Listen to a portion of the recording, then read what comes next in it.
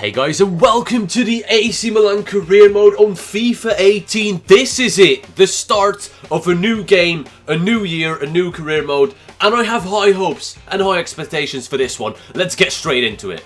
I want to say a massive thank you guys for still being here. The AC Milan video I did on the beta absolutely banged, and I'm hoping this video can get somewhat the same response and you guys will enjoy this.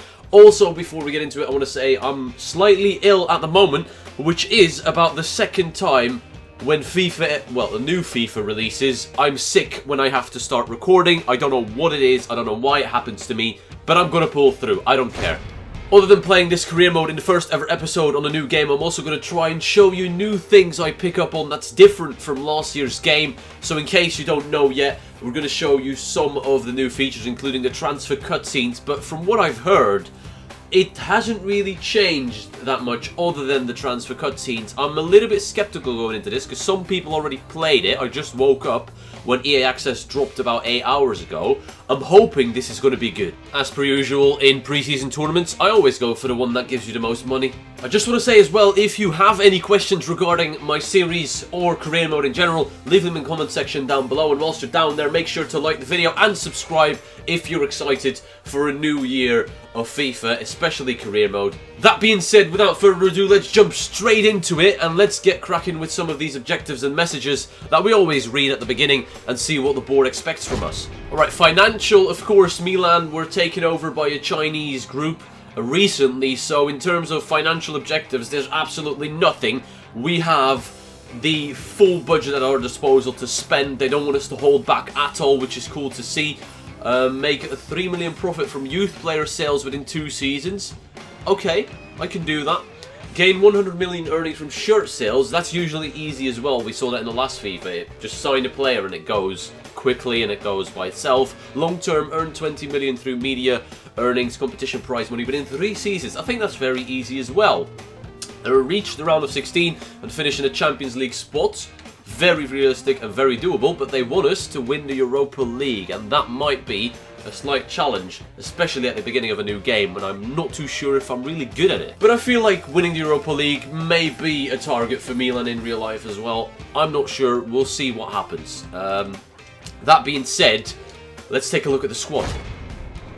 Alright then, I've had a play around with a few formations and made some lineups. The 4-3-3 was what was here as default, so I went with that and changed a few things around. I also made a 3-5-2 team sheet, but looking at the 4-3-3, we've got Bonaventura in left wing, Kalinc up front, Suso right wing. That's fair enough. The first disappointment for me is Çalhanoğlu at 79 rated. His physical stats are awful, which is understandable. Okay, fair enough, he's not a physical monster, but a 4-star weak foot and 3-star skill move is a massive downgrade compared to last FIFA when he had a 5-star weak foot and 4-star skill. So that for me is disappointing, and he loses quite a bit of his ability with just that skill moves and weak foot. A lot of skill moves are good enough to execute with 4-star, can't do that anymore. Low rated as well, not the best pace.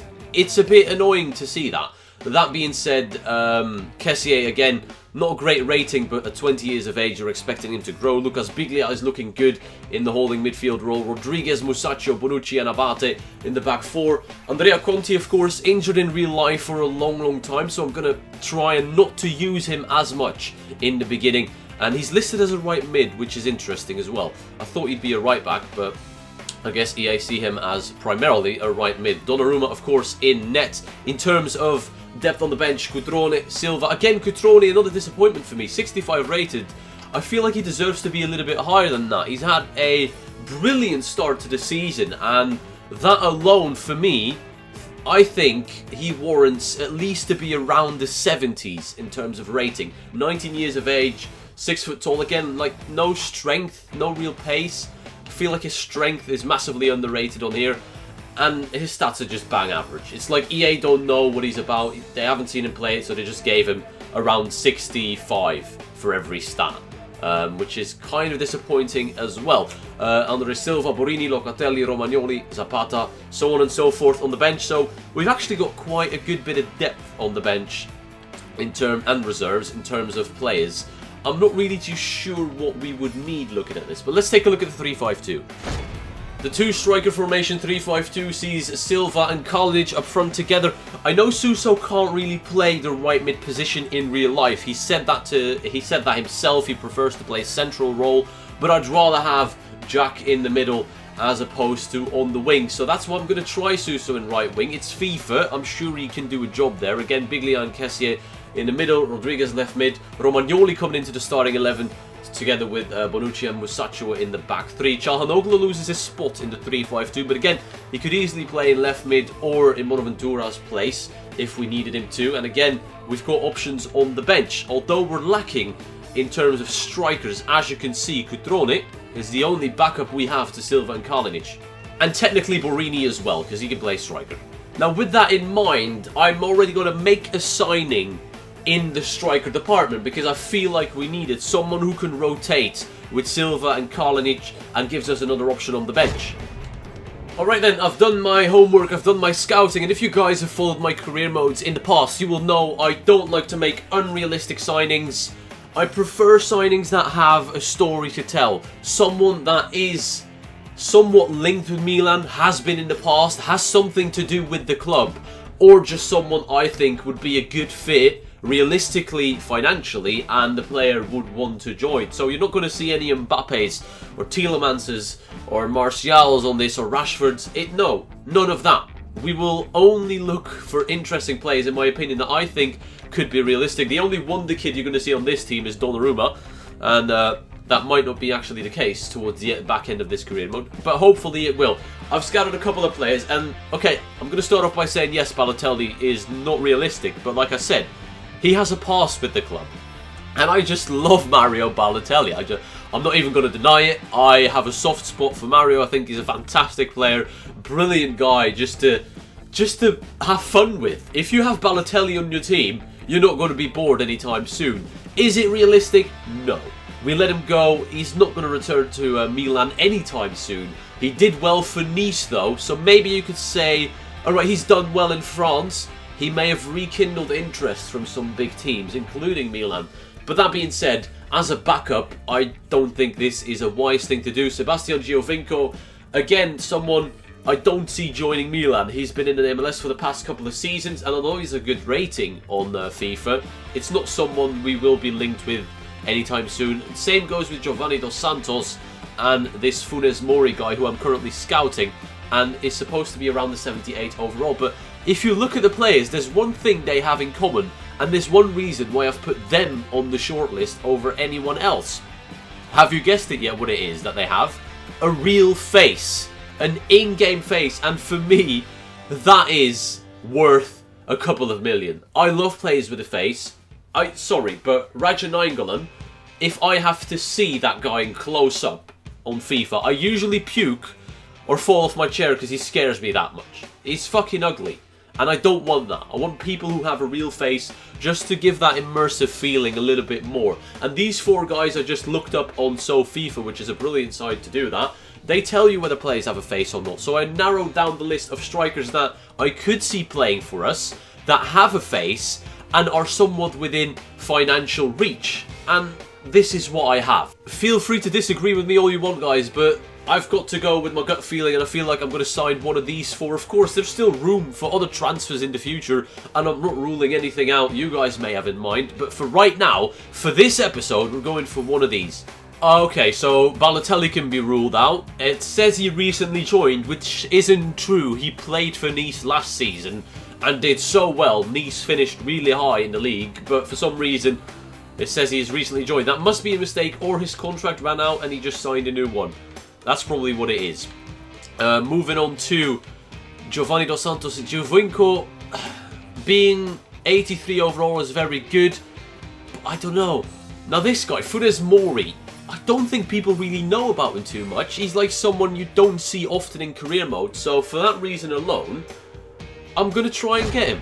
Right, what type of deal are we going to pursue? As you can see, we're actually pretty rich right now. 75 million nearly. I think that's good. Let's go in with a 10 million bid, which in the current market is just pocket money, pocket change. That being said, let's just submit the 10 million.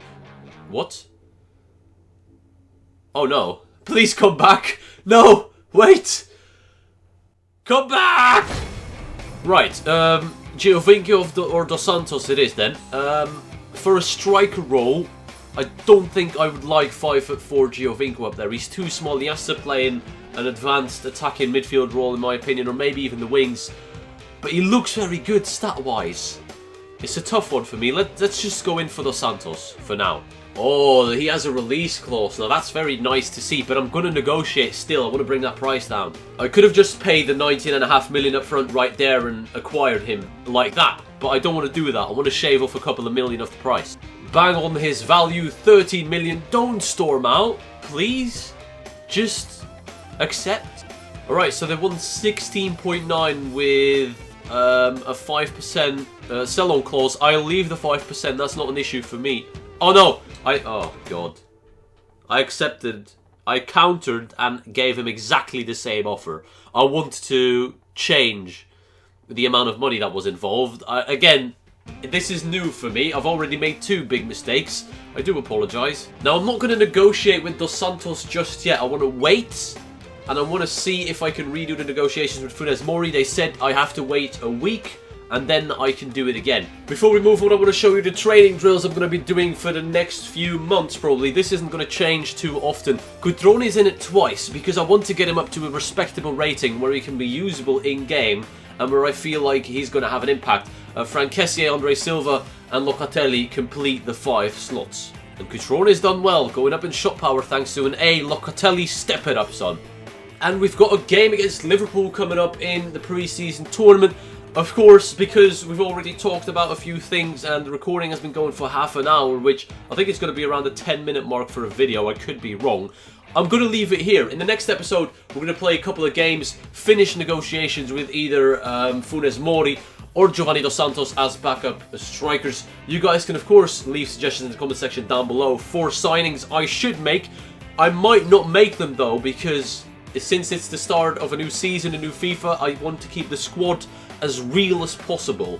But that being said, moving forward in future transfer windows, we might make signings whenever we want. That being said, I hope you enjoyed it. I want to thank you all for watching, and I'll see you tomorrow for episode 2 if you can get this video to 200 likes within 24 hours. I think you guys can do it. I'm going to go straight back to recording after I stopped recording this one, and I'll see you guys later.